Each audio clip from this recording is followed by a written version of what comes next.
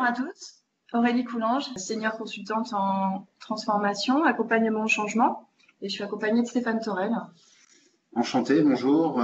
J'espère que ce séminaire vous plaira à tous. Effectivement, donc moi également, 15 ans d'expérience dans l'accompagnement des marques et d'institutions, à la fois sur des approches technologiques, mais aussi de design de services, sujet qu'on évoquera plus tard. Pour vous présenter rapidement ASI, pour ceux qui ne nous connaisseraient pas, sachez qu'ASI est une entreprise qui a 25 ans, qui aujourd'hui compte 380 collaborateurs. C'est une entreprise qui a des valeurs fortes. En témoigne une première information, c'est l'actionnariat qui est détenu à majorité par les salariés, donc une forte implication, une forte motivation et surtout une forte indépendance sur la stratégie de cette entreprise. Et également le label pour lequel nous sommes pour la deuxième année consécutive très fiers de pouvoir l'arborer, c'est l'Happy at Work, qui récompense toutes les initiatives qui sont proposées autour de la vie et du bien-être dans l'entreprise. Et ça, c'est une récompense de nos collaborateurs sur cette philosophie de travail ensemble. Voilà, ASI est spécialiste du conseil de marketing digital et de l'expertise technologique, puisqu'effectivement, ASI est constitué de plusieurs entités, à la fois une activité ESN qui nous permet d'aborder toutes les technologies du marché les plus représentées et les plus adaptées à un certain nombre de sujets, qu'il s'agisse de digital ou de communication interne ou d'objets connectés encore et plein d'autres choses que je vous invite à retrouver sur notre site internet asi.fr. Nous sommes également constitués d'une entité conseil. Aurélie et moi-même faisons partie d'ASI 360, qui est une organisation conseil qui travaille sur toutes les approches marketing client, mais également collaboratif et intelligence collective, chose que nous allons aborder plus largement ce matin. Voilà, et nous disposons de notre propre studio qui nous permet effectivement de pouvoir répondre de bout en bout à l'ensemble des besoins. Et chose non négligeable également pour vous qui êtes nationalement bien répartis sur le territoire, merci de votre présence encore une fois. ASI est présent dans une dizaine de villes, donc à proximité de vous, il y a forcément un consultant ou un expert qui est prêt à répondre à vos questions. Nos convictions et celles qu'on va défendre aujourd'hui sont la notion de symétrie des attentions. C'est la conviction que nous avons développée après 25 ans d'expérience, à la fois technologique et orientée sur les usages digitaux. C'est cette symétrie des attentions que l'on porte à ses clients et ses collaborateurs.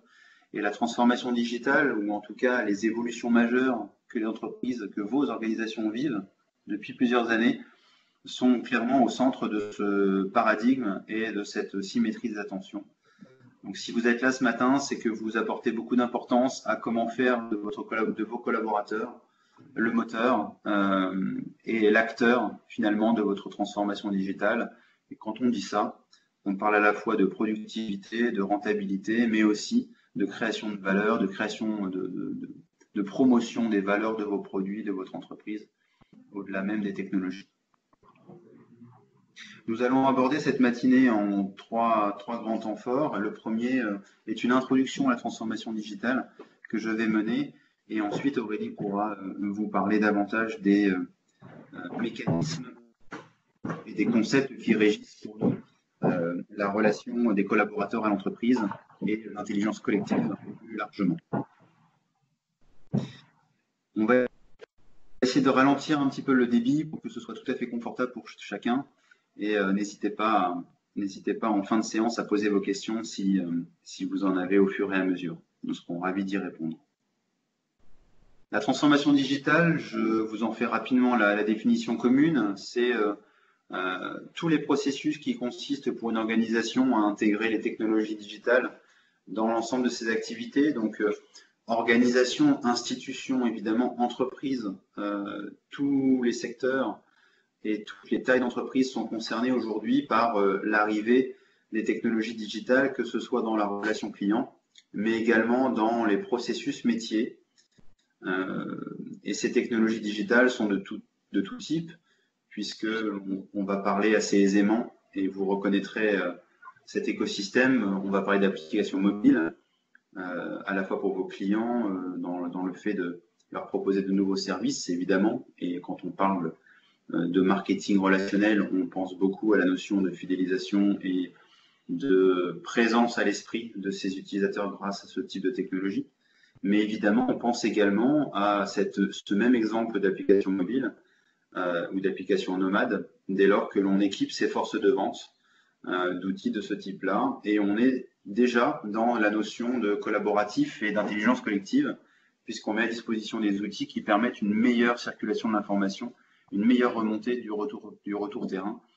Donc la transformation digitale, à cet égard, vient faire progresser l'entreprise sur ses processus, son organisation, mais aussi sur la connaissance et donc la production de la valeur qu'elle propose à ses clients et à ses utilisateurs.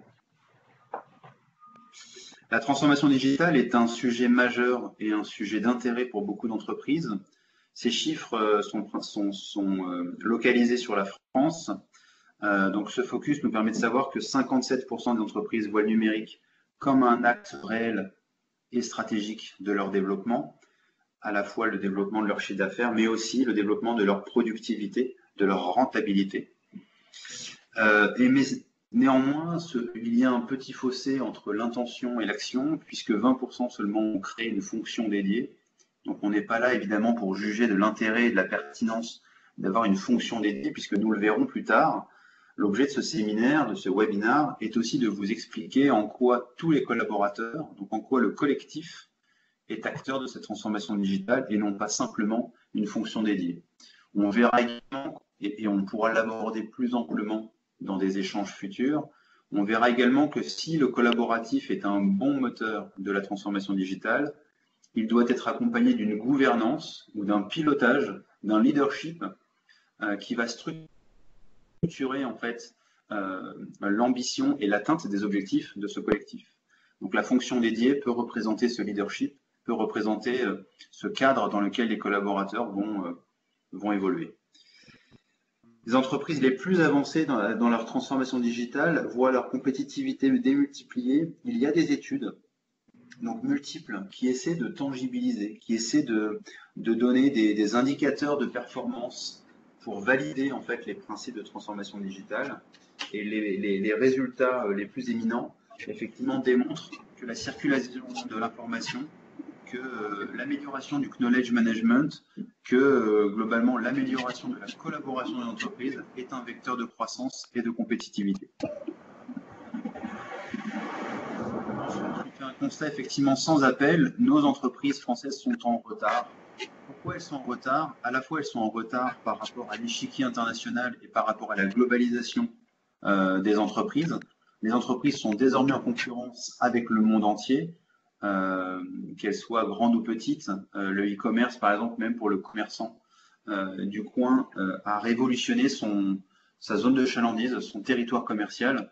Et donc, la concurrence est ouverte au plus grand nombre et sur un territoire très large. Donc, les entreprises européennes utilisent moins, les entreprises européennes utilisent davantage le digital que les entreprises françaises. Et on voit également dans les chiffres qui vous sont présentés une différence notable entre l'usage des Français à titre particulier et l'usage qui est fait ou la réponse qui est proposée par les entreprises en face. Je ne prendrai qu'un exemple que vous pouvez lire également, qui est 59% des Français achètent en ligne, alors que seulement 11% des entreprises françaises vendent en ligne. Donc ça laisse à réfléchir, d'autant qu'aujourd'hui, on a la démonstration que tout type de produits et de services peuvent être dématérialisés ou peuvent participer à un processus digital de bout en bout pour sa mise en vente et sa livraison. Les entreprises sont confrontées à différents enjeux majeurs, à différentes opportunités surtout. On a tendance à positiver effectivement l'écosystème dans lequel elles se retrouvent. Et cet écosystème, il est constitué de nouvelles technologies, d'opportunités de type la mobilité, associées aux réseaux sociaux, aux objets connectés, au marketing 2.0 et à tout un tas d'autres opportunités qui continuent sans cesse et tous les jours à évoluer et sur lesquelles il faut maintenir une veille et une attention toute particulière. Donc au-delà de ces nouvelles technologies qui révolutionnent la relation à son client, mais la relation à son collaborateur évidemment, il y a également des révolutions ou des évolutions sur les modes de paiement, sur les modèles économiques et sur sur la capacité des entreprises aujourd'hui à designer de nouveaux services qui eux-mêmes peuvent avoir une valeur, un modèle économique propre. Il y a également dans l'entreprise, et là ça concernera davantage le management dans l'entreprise, le management à la fois de l'intention et le management de l'action, c'est tous les nouveaux modèles d'organisation qui sont proposés dans les startups, chose que l'on entend beaucoup, mais surtout dans les entreprises, puisque derrière le terme startup, qui est aujourd'hui un petit peu comme Scotch ou comme frigo, un terme devenu usuel, on est derrière bien face plutôt à des modèles d'organisation et à un modèle de production de valeur tout à fait singulier et tout à fait nouveau que toute entreprise, aussi institutionnelle et aussi mature soit-elle, peut intégrer aujourd'hui dans ces organisations. Et on va parler aisément d'agilité, on va parler aisément de nouveaux modèles de contribution par les collaborateurs issus de ces open innovations, de ces notions d'entreprise étendue, de ces notions effectivement de management 3.0. Et on vous donnera quelques leviers de compréhension, bien évidemment, dans la suite de cette présentation. Et enfin, pour réagir à une organisation, réagir à un déplacement des modèles de valeur, on a également de nouvelles pratiques dans les entreprises. On a la notion effectivement d'entreprise responsable, on a l'agilité que l'on accompagne beaucoup dans les entreprises pour flexibiliser, pour adapter aux nouveaux rythmes de commercialisation, aux nouveaux rythmes de production de valeur, les entreprises qui cherchent toujours à aller plus vite et plus loin dans cette production. L'innovation également, la notion aussi de financement participatif qui font partie des usages de vos clients, de vos usagers, de vos collaborateurs dans la sphère privée et qui doivent progressivement intégrer en tant qu'opportunité les pratiques dans l'entreprise. Et puis il y a également ce qui nous occupe d'ailleurs tous les jours, c'est la gestion des nouvelles compétences, la gestion des nouveaux savoir-faire, potentiellement des nouveaux talents, des nouveaux métiers dans l'entreprise. Et tout l'objet de notre présentation qui va suivre est bien de vous indiquer que l'entreprise fait face à une nouvelle organisation de ses compétences, une nouvelle gouvernance des rôles au sein des projets en particulier, puisque le mode projet est un mode qui intéresse et intègre toutes les entreprises. Et on voit bien qu'au-delà de la fonction du collaborateur, le projet nécessite une mise en perspective de son rôle en fonction de la phase de ce projet, en fonction de sa compétence et de sa qualité, même hiérarchique parfois, pour être capable d'être le sponsor, le contributeur, le pilote, etc. de chaque projet. Donc toute cette réorganisation va nous amener progressivement, effectivement, à vous parler de leviers, de plateformes pour organiser cette compétence, ce savoir-faire et ses rôles. Effectivement, la conclusion de tout cela est l'introduction finalement de ce qui va suivre, de l'intelligence collective et de cette notion de collaborateur moteur de votre transfo digital. C'est bien que pour se transformer, votre entreprise doit posséder une vision et surtout être capable de mobiliser ses ressources, puisque les personnes qui constituent les entreprises ont une histoire, ont un savoir-faire, ont des compétences, ont une capacité de se remettre en cause également, et à l'entreprise, aux méthodes de réinterroger ses collaborateurs pour les mettre dans les meilleures conditions de création de valeur et de contribution à la transformation digitale. La deuxième partie de cette présentation, qui est constituée de trois chapitres, c'est bien de parler de symétrie des attentions, et vous allez voir dans une démonstration qui va se vouloir, je l'espère, très claire, comment finalement l'expérience collaborateur et l'expérience client ont eu à se nourrir l'une de l'autre et ont un effet de symétrie, ont effectivement un impact l'une sur l'autre. L'expérience collaborateur et client, c'est la résultante, c'est la conséquence d'un ensemble d'interactions que l'entreprise provoque, mais aussi que l'entreprise reçoit de la part des usagers, de la part des collaborateurs et des clients qui souhaitent interagir avec elle. Et cette interaction peut avoir, encore une fois, une valeur commerciale, mais aussi une valeur quasi patrimoniale de pouvoir contribuer à la connaissance et à la production de valeur. Elle se caractérise par des éléments subjectifs et des éléments objectifs, par de l'organisationnel et de fonctionnel, mais aussi par de l'émotion et de la perception. Nous allons voir dans ce schéma ici, dans la symétrie des attentions, effectivement, ce qui concourt au collaborateur, à l'épanouissement et à l'engagement du collaborateur, et ce qui va concourir à l'enchantement du client. Sur la partie haute, en bleu, vous voyez bien que la symétrie des attentions, si elle s'oriente côté client, on va travailler selon trois étapes, trois valeurs fortes qui vont être la proposition de valeur adressée au client, donc c'est le design de service, ce que l'on fait quand on conçoit un nouveau produit ou un nouveau device, une nouvelle interface de ce produit. Ensuite, on va travailler sur la qualité, donc la qualité perçue, mais la qualité réelle. La qualité réelle est évidemment toujours déclarative. La qualité perçue est celle qui résulte de l'interaction entre l'offre et la demande, la perception que le client a de cette qualité. Et enfin, l'émotion. L'émotion, on a davantage le ressort de cette émotion, c'est davantage l'image de votre produit et l'incarnation de votre marque. Et au même titre que cela, on va travailler sur ces trois étapes-là de la relation avec le collaborateur et on va voir, vous allez constater, je le pense, cette parfaite symétrie. Nous proposions de la valeur là où chez les collaborateurs, on va proposer un rôle. Donc en fait, on va localiser la valeur que l'on attend de chacun et on va donc déterminer le rôle de chacun dans l'organisation. Ensuite, on va travailler sur la reconnaissance. La reconnaissance, encore une fois, c'est une reconnaissance à la fois réelle, la qualité de la mission qui vous est confiée, mais une reconnaissance perçue. Le collaborateur va évaluer, va juger de la reconnaissance qui lui est offerte. Si vous lui confiez un rôle important sur un projet ou un rôle moins important, il va lui se faire en conclusion ou en réaction, il va se faire une idée, une perception de la reconnaissance que vous lui attribuez. Et enfin, ça va dégager chez lui, ça va développer chez lui un bien-être qui s'accompagne souvent aussi d'une capacité de motivation et donc d'initiative dans l'entreprise.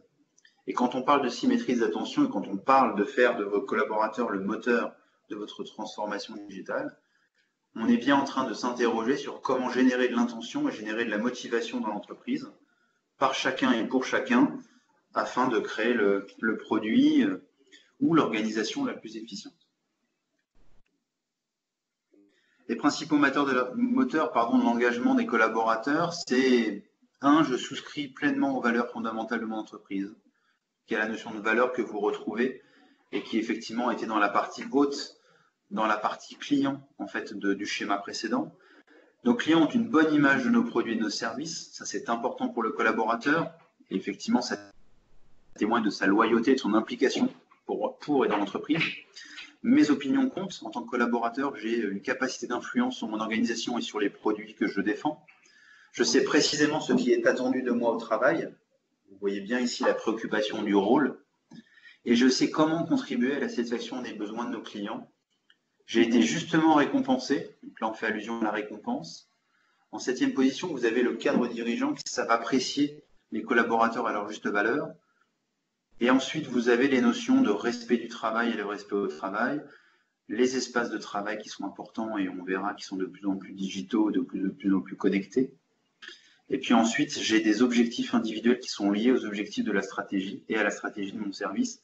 Donc il y a une volonté dans l'expression du collaborateur et dès l'individu, une vraie volonté de participer à quelque chose de plus grand et de plus collectif. Donc ici, vous avez les 10 points qui font que les 10 points moteurs de l'engagement du collaborateur qui font bien écho au discours que l'on vient de vous présenter sur la symétrie des attentions, puisque le vocabulaire et les valeurs défendues sont effectivement bien les mêmes. Donc, chez les clients, là où on va parler de marque, on va parler de culture d'entreprise pour le collaborateur. Là où on va parler de service, le collaborateur va avoir des outils, va avoir des procédures, des process. Là où on va parler de relations et d'interaction marketing, on parlera d'organisation dans l'entreprise, de gouvernance, de rôle, de responsabilité, d'interaction. Et là où on parlera de data, au sens de données clients, on parlera dans l'entreprise en réaction à la notion de compétences et évidemment d'alignement de ces compétences avec les exigences du marché. Vous avez ici un radar qui vous permet d'évaluer l'entièreté des axes que la symétrie des attentions va interroger. l'axe de la marque. On parlait tout à l'heure de valeur, de bienveillance, etc. Donc la marque, les services proposés, la relation, / les interactions, la donnée collectée, la donnée traitée grâce à ce produit, ces services, la culture d'entreprise, l'organisation, les technologies à disposition de celle-ci et les compétences. Et en fonction de ce radar-là, donc ici vous avez un exemple, on va chez ASI principalement faire un travail de diagnostic dans les entreprises pour savoir quels sont les axes sur lesquels on peut s'appuyer sereinement dès aujourd'hui et les axes sur lesquels il y a des leviers de progression, des leviers de renforcement, afin que les collaborateurs se retrouvent pleinement dans une vision d'abord, puis dans des moyens d'atteindre cette vision et d'y contribuer. L'organisation de toutes ces valeurs, de tous ces leviers nous permet aujourd'hui de vous présenter ce schéma qui est la nouvelle constitution d'une entreprise finalement, où les gens ne sont plus simplement rattachés à une hiérarchie, dans une ligne hiérarchique, ne sont plus uniquement rattachés à un service ou à une compétence métier, mais vont davantage travailler en mode réseau, finalement organisé autour de la notion de projet, de site géographique, d'expertise, de métier. Donc en fait, le collaborateur est additionné de nouveaux rôles, de nouvelles compétences dans l'entreprise, et ces compétences sont de l'ordre du relationnel, du situationnel, mais aussi évidemment intrinsèquement associées à ses compétences. Donc aujourd'hui, un collaborateur qui n'est pas manager ou qui n'est pas pilote d'un projet peut devenir leader, peut devenir acteur à certains endroits de l'entreprise. De plus en plus dans les entreprises, on travaille sur la notion de groupe projet, et ces groupes projets sont la représentation factuelle de cette évolution de l'utilisation des collaborateurs, qui est de mettre le collaborateur dans un groupe humain, non plus que pour sa compétence, mais aussi pour sa capacité à nourrir le débat et à réagir sur ce qui lui est proposé en termes de valeur, de service, etc. Donc l'engagement des collaborateurs se mesure à ce que je sais et je comprends, à ce que je veux, à ce que je peux. Et cette notion de vouloir et de pouvoir ou de savoir permet en fait au collaborateur de localiser son intervention et de fait d'être plus précis, plus efficace là où il est attendu. Et ce que l'on souhaite faire à travers le collaboratif et à travers l'intelligence collective, c'est tirer parti du nombre, mais surtout tirer parti de la qualité de chacun. Le modèle de vente est efficient, effectivement, on favorise et on développe l'initiative, l'autonomie, on fait prendre conscience à chacun qu'il doit collectivement, individuellement évoluer. Donc la notion d'apprendre, de réapprendre, d'apprendre en permanence, de faire bouger les lignes, de sortir de ses convictions, comprendre son rôle et sa contribution, partager la valeur qu'il apporte et les objectifs qu'il porte, travailler collectivement pour changer les postures de l'entreprise, changer éventuellement l'endroit des décisions, l'endroit du savoir, et puis maîtriser évidemment les technologies, les bonnes pratiques de son activité. Tout cela étant dit, vous le comprenez, on est à la fois sur des dimensions subjectives et objectives, à la fois sur des compétences et du savoir-être. Chez ASI, on travaille énormément sur la notion de posture en complément de la notion de compétence, parce qu'on pense réellement que contribuer à son entreprise aujourd'hui, c'est contribuer à un écosystème humain et à une organisation industrielle ou commerciale de plus en plus complexe, et complexe n'étant pas à prendre comme une menace ou une anxiété, mais plutôt comme une opportunité de multiplier les points d'interaction, de multiplier les initiatives et les projets. Je vais vous laisser avec Aurélie qui va vous parler d'intelligence collective. Merci. Donc moi, je vais vous parler de l'intelligence collective. On va revenir rapidement sur le concept de qu'est-ce que c'est l'intelligence collective. On en parle beaucoup. On va voir un petit peu de quoi il s'agit plus précisément avec un exemple assez simple. Et puis ensuite, je vais vous montrer des illustrations, en fait, des exemples qui tendent à démontrer ce que l'intelligence collective peut amener dans l'entreprise et peut favoriser justement l'adhésion des collaborateurs à l'entreprise et les rendre plus engagés, puisque c'est la thématique de ce webinaire. Donc l'intelligence collective, c'est quoi? Revenons un petit peu sur le concept de base qu'on est allé chercher auprès des fourmis. Donc vous voyez ces trois petits schémas qui sont assez simples. Hein. Sur le premier, on voit bien la fourmi qui parcourt plus ou moins au hasard l'environnement autour de sa colonie.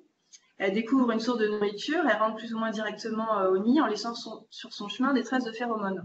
Donc aller-retour. Sur le deuxième schéma, on constate que les phéromones étant attractives, les fourmis qui passent à proximité vont avoir tendance à suivre cette piste de façon plus ou moins directe. En revenant au nid, ces mêmes fourmis vont renforcer la piste. Du coup, sur le troisième schéma, on voit bien que même si deux pistes sont possibles pour atteindre la même source de nourriture, celle étant la plus courte sera dans le même temps parcourue par plus de fourmis que la longue piste, et donc la piste la plus courte qui sera privilégiée et donc renforcée, de plus en plus attractive, etc., etc. Donc voilà comment les fourmis, avec l'intelligence collective, vont aller au plus près, au plus rapide et de la meilleure manière qui soit. C'est un exemple qui dégage, c'est une expérience, je trouve, qui est très parlante et dont deux axes forts se dégagent. D'abord, la notion de performance collective, qui va avec l'intelligence collective, c'est-à-dire que, évidemment, la performance collective est supérieure à la performance individuelle. C'est le fameux tout seul, on va plus vite, mais ensemble, on va plus loin. Et puis, la deuxième notion forte, c'est celle de la communication, la coopération et la collaboration qui se dégagent fortement là, de cet exemple.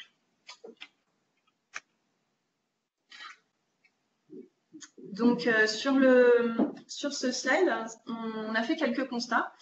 Au sujet de l'engagement, donc on a quelques chiffres clés.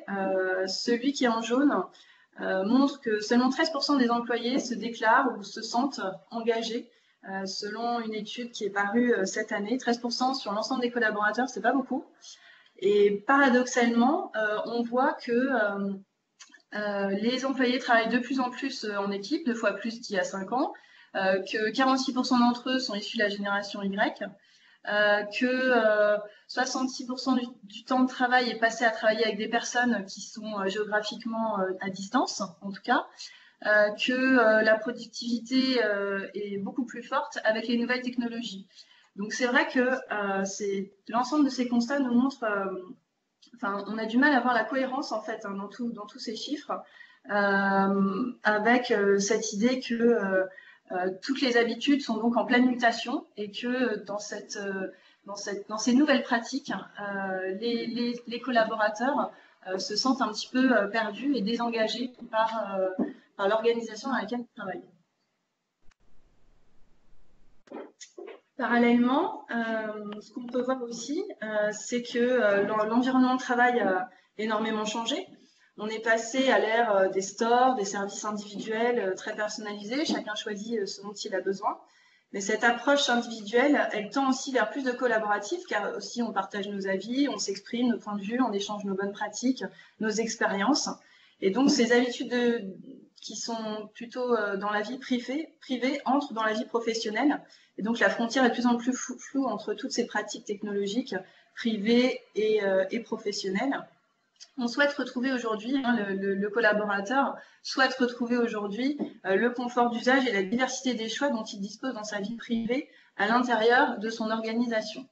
Donc partant de l'ensemble de ces constats, le fait qu'il soit désengagé, les nouvelles technologies, le fait qu'il veuille effectivement retrouver un ensemble de services à disposition à l'intérieur de l'entreprise, on peut travailler sur plusieurs leviers qui sont donc situés sur ce slide, qui sont donc des exemples de solutions, on va dire, digitales qui peuvent enrichir l'expérience du collaborateur et donc sa satisfaction à l'intérieur de l'organisation. Donc on voit bien sur ce radar la notion d'individu qui va être de plus en plus collectif, donc après la notion d'équipe, d'organisation, d'écosystème, donc ça c'est les différents périmètres, pour montrer à quel point on peut travailler sur ces différents acteurs. Et puis les leviers, si je puis dire, sur lesquels on peut travailler tout en travaillant sur les différents périmètres.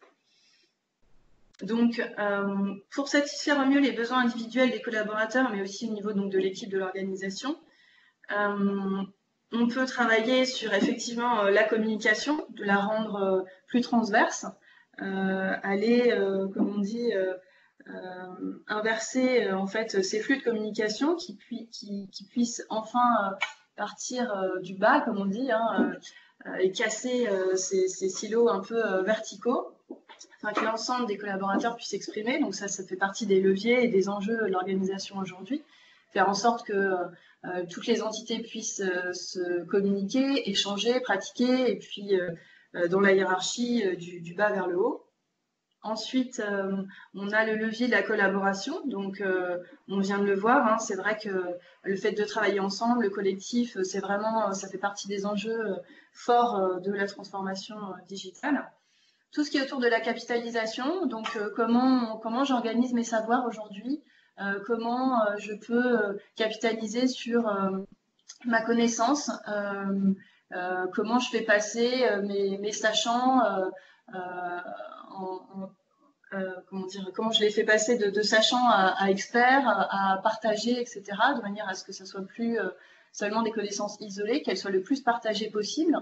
Je travaille aussi sur la partie sociabilisation, c'est-à-dire m'organiser en réseau, faire en sorte que les collaborateurs ne soient plus isolés, mais puissent de manière facile justement sortir un petit peu des silos proposés par l'entreprise et puis casser aussi cette frontière dont on parlait sur le slide précédent, entre la vie privée et la vie professionnelle. Comment je peux utiliser mes outils à l'intérieur, à l'extérieur de l'entreprise et me connecter. Et puis, sur la digitalisation des processus, bien entendu, comment je peux gagner du temps, trouver les flux les plus rapides, les plus courts, les plus simples, et pour mes clients et pour évidemment mes collaborateurs, afin de simplifier l'organisation du travail au maximum.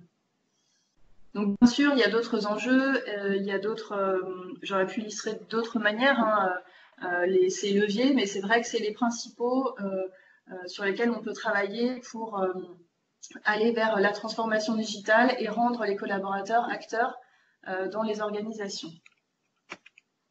Je vais vous montrer quelques exemples maintenant de différentes solutions digitales qu'on peut proposer. Donc, par exemple, là, une plateforme collaborative. Je vais en passer quelques-unes assez rapidement pour vous montrer un petit peu l'étendue du scope qu'on peut vous proposer et que vous pourriez développer à l'intérieur de votre entreprise. Donc, la plateforme collaborative, elle a l'avantage de créer une dynamique de groupe tout en proposant un espace de travail très personnalisé aux collaborateurs. C'est l'idée du collectif et à la fois de la notion de service personnalisé dont on parlait précédemment.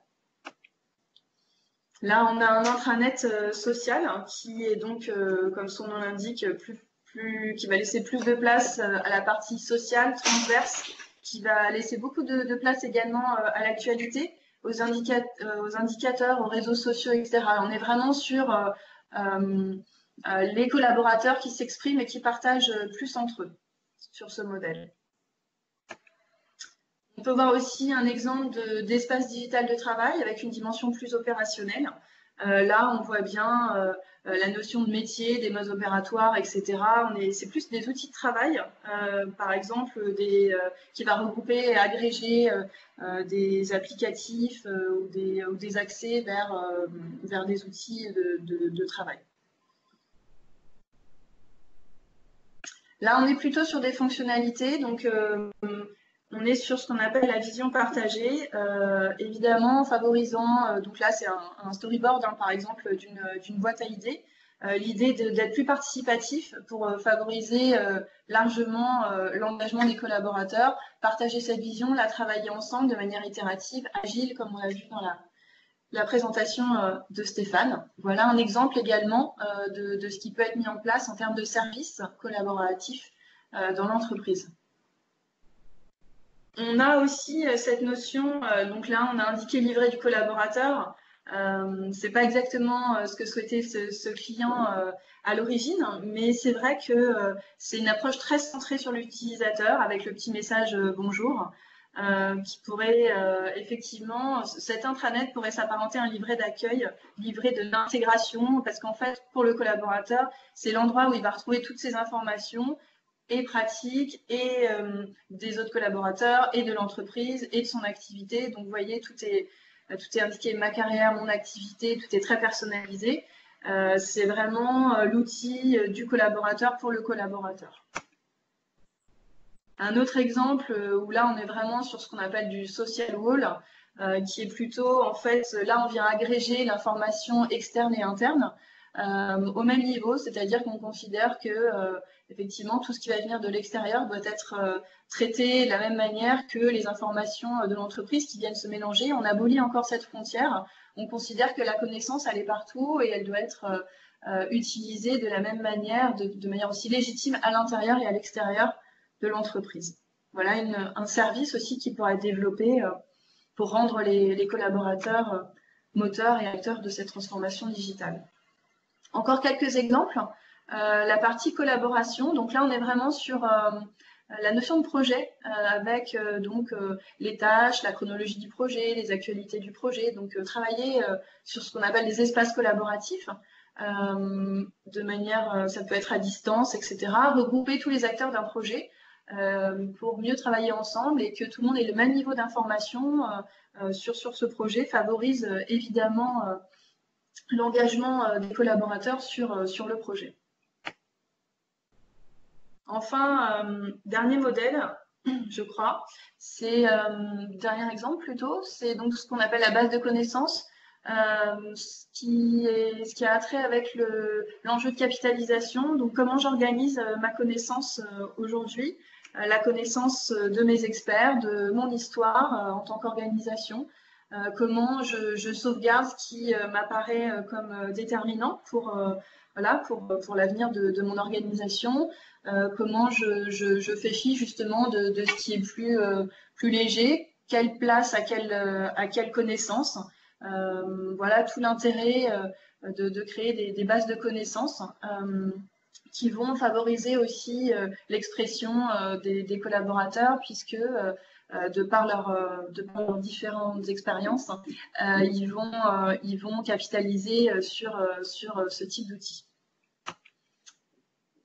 Dernier outil, en fait, donc c'était pas le dernier, donc là on est sur le dernier, c'est tout ce qui a trait à la mobilité. Voilà, simplement dire que l'ensemble de ces solutions qui favorisent l'adhésion du collaborateur à l'entreprise, ça passe aussi par la mobilité. Bien entendu, les accès à distance, les applications centrées sur les collaborateurs qui leur permettent d'accéder facilement aux données de l'entreprise provoquent plus d'engagement de la part des collaborateurs. Il ne me reste plus que 2 slides. Je vais être très rapide. Donc, on est sur là plutôt la démarche de comment est-ce que je fais pour mettre en place l'ensemble de ces solutions. Une démarche qui est assez classique, de commencer par déterminer évidemment tous les enjeux et puis toutes les menaces, c'est-à-dire si je ne fais pas ça, qu'est-ce que je perds, quelle organisation je vais obtenir si je n'opère pas l'ensemble de ces changements. Ensuite, identifier évidemment les besoins en travaillant principalement sur les usages, les nouvelles pratiques, qu'est-ce qui apporterait le plus de valeur, quels usages sont à dégager pour travailler en priorité sur cela. Et puis la notion de confiance que vous voyez qui est très importante à mettre en place, qui rassure les collaborateurs, qui est la base même de l'engagement des collaborateurs et de son entreprise. Et puis la notion de rôle dont a parlé Stéphane, les nouveaux rôles, on n'est pas seulement une fonction, on a aussi d'autres rôles dans des projets, dans des services, sur des sites, etc. Et pour que la démarche soit durable et pérenne, l'animation de cette démarche avec un ensemble d'acteurs pour favoriser la dynamique et qu'elle reste dans l'entreprise. Tout ça ne va pas sans accompagnement au changement. L'idée, pour aller très vite, c'est vraiment de dire qu'une fois qu'on a identifié les enjeux et qu'on veut aller vers cette notion d'engagement des collaborateurs, bien sûr, on va servir des technologies, bien sûr, on va travailler sur les pratiques, les usages, ce que je viens de vous expliquer rapidement. Mais évidemment, il faut accompagner l'ensemble de ces acteurs à tous les niveaux de l'entreprise, que ce soit la direction, manager et collaborateurs dans les différentes activités. Sur les trois étapes fondamentales dont a parlé Stéphane tout à l'heure, c'est-à-dire la notion de savoir, comment je suis informée, comment j'ai la connaissance de ces nouveaux enjeux, de cette nouvelle transformation, qu'est-ce qu'on attend de moi, etc., pour pouvoir susciter l'adhésion, c'est-à-dire j'ai envie, je souhaite aller vers ce changement. Et puis la notion de pouvoir qui est la participation de l'acteur au changement, qui va aller lui-même le sponsoriser et lui-même aller convaincre l'ensemble des collaborateurs. Donc très rapidement, je ne pouvais pas ne pas parler de l'accompagnement au changement sur l'ensemble de cette démarche, puisque l'utilisateur, le collaborateur est évidemment au centre de toute notre présentation et que on sait à quel point il est important de le valoriser et de l'accompagner dans l'ensemble de ces changements. Merci pour votre attention. Merci à vous.